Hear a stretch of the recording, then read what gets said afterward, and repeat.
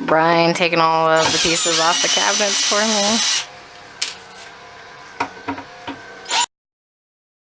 All right, Charene, the Adventure Queen back. We are doing some sanding for the cabinets, and we've got most of the cabinets off. I have this awesome, very expensive sander I got roped into buying, but about $100, but 19.2 volts, and it's cordless, so we can take it all over in the camper. And we're just basically sanding away here, getting this film off right here.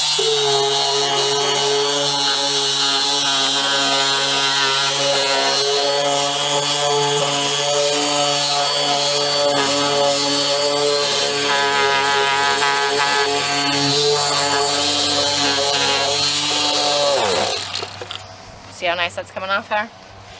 Just the nice wood there. Camper Chronicles continues.